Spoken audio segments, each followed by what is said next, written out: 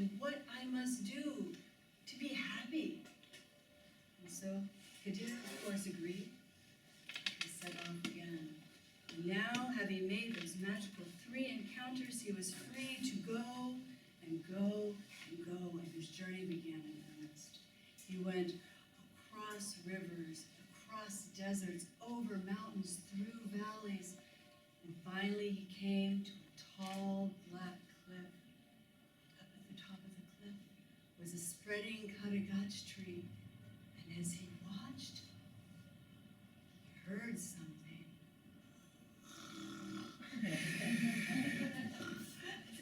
That's it! That's my fortune! And so Kadir began to climb up the cliff, and he got up to the top, and there was the tree, and beneath it, it was a figure, and it was hairy, and it was dirty, and it had long fingernails, and it was dressed only in its underwear, and it was snoring.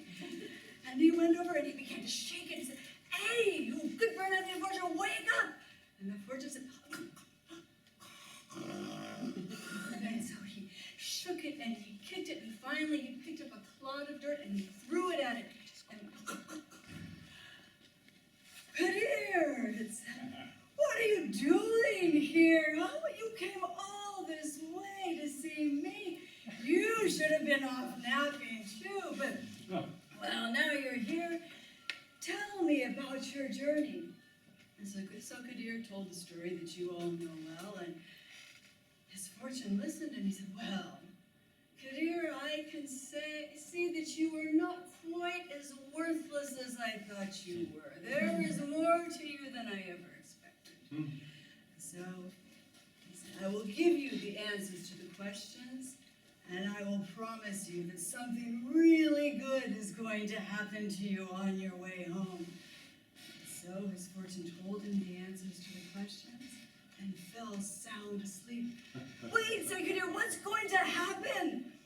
But even the dirt trick didn't work this time. The fortune was sound asleep. There was nothing left for Kadir to do but to go back down the cliff, across the valleys, over the mountains, through the desert, through the rivers, and back to the vast city of Han.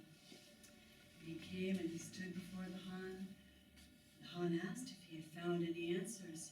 He said, "I have. My fortune said that the reason why you cannot be happy is because you are not a man. You are a woman, and you are not living as your true self.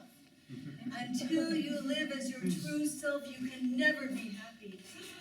"You're right," said the Han, removing her cap, revealing 2 long braids, and a beautiful young woman stood before him. And she said, "You, Kadir, are the first to know me as I am, and you have brought me the secret of happiness. Stay, be my husband, rule my city at my side." And Kadir said, "No, no, no. My fortune said something really good was going to happen to me." So Kadir left, and he kept walking until he came to the field. And the old man asked him if he had an answer. "Yes," said Kadir, "my fortune said that this field used to belong to a miser, a man who was afraid his wealth would be stolen. And so he took all of his gold and he buried it in the field. And the plants grew until their roots hit the gold, and they died.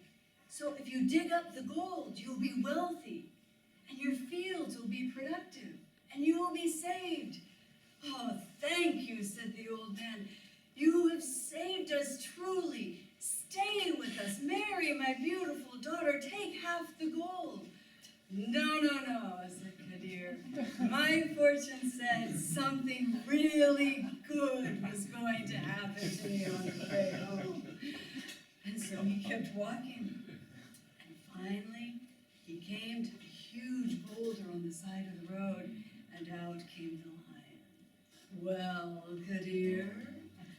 And Kadir said, "Well, my fortune said that to cure your stomach ache, you need to eat the stupidest person in the world, and then you'll be cured." "Oh," I said, "well, you know, I don't know very much about the world. I've always lived by this rock.